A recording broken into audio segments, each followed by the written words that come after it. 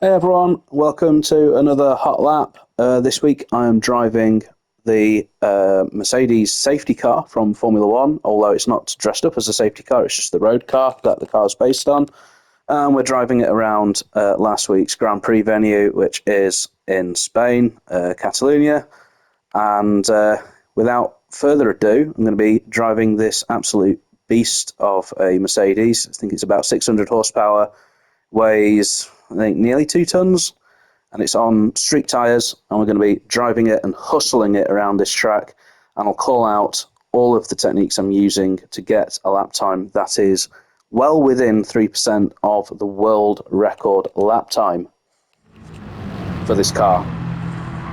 So starting the lap, I was just keeping the car nice and tidy. We'll do it from this chase cam, although this isn't the camera that I use when I'm driving, because I feel like this blocks too much of the track, this view.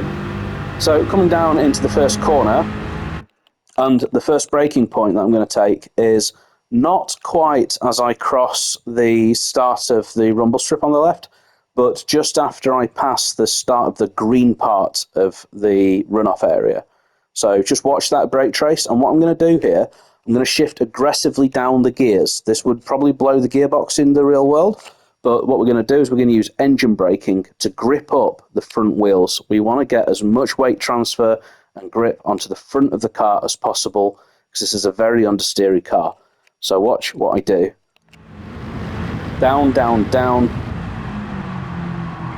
and then you can see now that I have eased off the brakes, so I was heavy on those brakes, and now I'm just backing off the brake to allow the car to rotate in.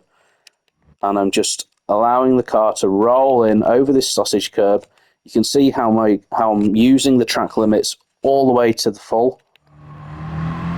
And then you've got to be really careful now, because this will spit you out on the left-hand side going into a left-hand corner.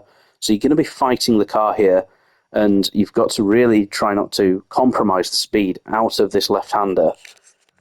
So what I'm doing here is I'm just easing off the accelerator, getting over that sausage, and then I'm short shifting there into fourth gear. I'll play the lap at full speed at the end, but you can see a short shift there into fourth gear.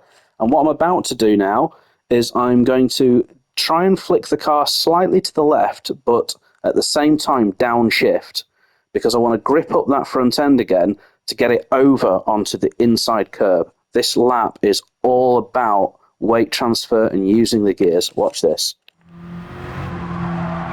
So down there into third, and then the reason for that is because it was just allowing the car to get slightly further into the curb. Now, this wasn't a perfect lap. I didn't quite get the car onto the curb, but I'm now short shifting straight back into fourth. So I've gone third back into fourth. You know, it might sound a bit pointless. You'd be like, why does he do that? Well, it was to get that front end in, and then I need to balance the power. This car's got 600 horsepower, and it's all going through the rear wheels, and these are street tyres. So if you're trying to take this corner here with no traction control, 80 miles an hour in fourth gear, this car's just going to spin. So just watch. I'm going to be really gradual on the power. See that trace on the right there? And now I'm at full power. Let the car run out. I am short shifting again, but this time for a different reason.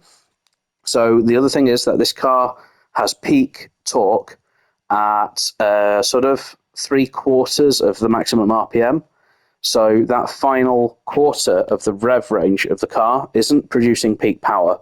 So you want to be shifting at 75% RPM in this car, because it will generate more power by doing that. You will get faster lap time. What I'm about to do now, I'm easing the car out over to the far edge of the track, because I want to maximize the amount of room that I've got to swing over into this right-hand corner. Most cars will brake at the bridge, but this is quite a heavy car with road brakes. Braking at the bridge is way too late. So where I'm actually going to be braking is the board just in front. You can see there's a 100-meter board there on the left. That's roughly where I'm aiming to brake. It's really hard to see from the driver's eye view. I'll just switch over. You can see it's right on the edge of your screen there. But you can see, so I've actually gone slightly past it. I was trying to be a bit of a daredevil on the brakes on this lap, and it paid off, actually. So I was actually, let's just see, slightly past it. Can't really get another reference point from here, but I was slightly past it. And shifting down, and then I short shift again. I did catch a slide there. You saw the car sort of jolt. There's not an easy braking reference for this next corner, but I'm using the drain on the right-hand side of the track. There's a drain coming down from the hill on the right. And I get it down into second, but then back up into third, because you want to prioritise how smooth you get out of this corner, because there is a lot of lap time to be had getting down to the next corner. I got a bit of a kick of oversteer there, so it wasn't a perfect lap. This is literally my first attempt at this lap. Normally I do these laps like a week before the deadline. This is the day before the deadline, so I've only had one attempt at this lap. And now braking for this one is nice and easy, thank God. You just basically brake where the runoff joins the track on the right.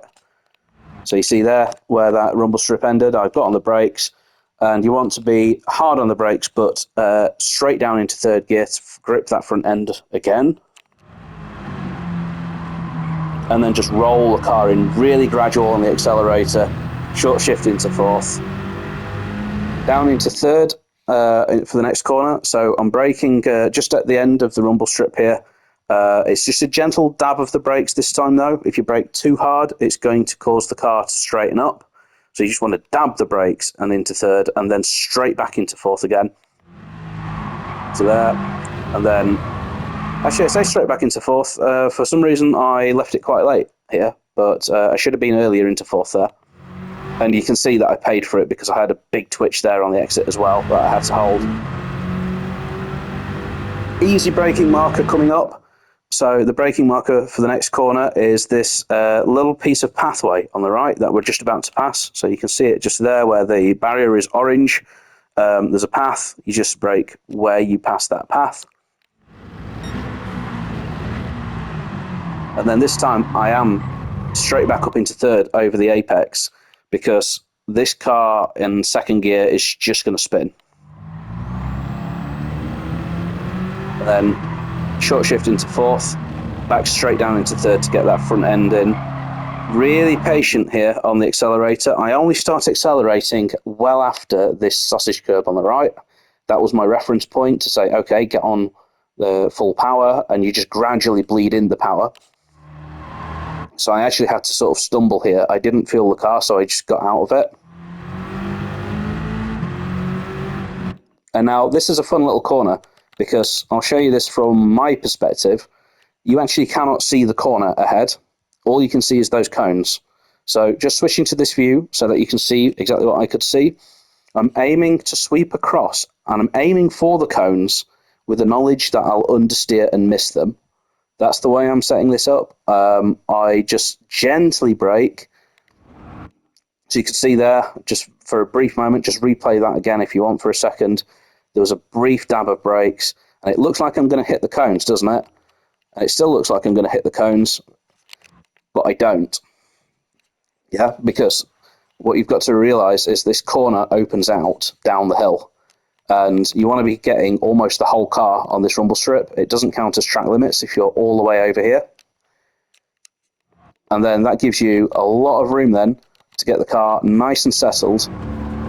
I've short shifted just to make sure that I definitely don't spin out, because at this point I knew it was a good lap. And I'm just going to run the car up to this sausage curb on the left. And then I was just taking it very steady around the final corner. I could have maybe attacked it a little bit more, maybe an extra tenth of a second. But there we go, that is enough. That is 0.2 of a second faster than the 3% cutoff on Gran Turismo to get a gold. And that is what I'm aiming for. So I'll show you the lap at full speed. I'll try and limit the commentary on this lap. And you will see this, I think this time, I like to vary this. Let's go from the driver's eye view. So coming around to start that, I will commentate a little bit. So I said, first braking point, is that start of that rumble strip on the left, and we're going to jam it down the gears.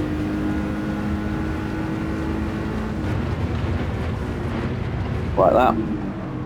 And then moderate the brakes to turn in, moderate the accelerator to turn in, short shift, and then back down to third to try and get the front end in. You can see that it got the front end in a little bit better. Maybe needed to do that a bit earlier in the corner though. Then braking out wide, feeding the car in. Watch this catch. There was a good catch here. Whoa, there we go. Managed to catch it. And then feeding it down the gears again, trying to hook up and get a smooth exit. I get another snap of oversteer there, but I catch it. And then I was just very careful through this corner. This compression in the middle of that corner really likes to spin the car, so I was just super careful. I'm going to get that final snap of oversteer here.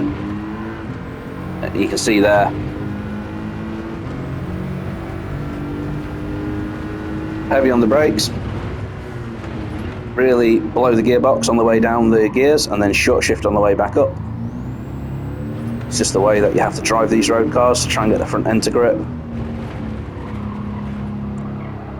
And I think this was actually, no, I didn't spin there, but I had to get out of the accelerator just a little bit. And a tiny correction mid-corner there as well, but it's just the smallest of corrections that time.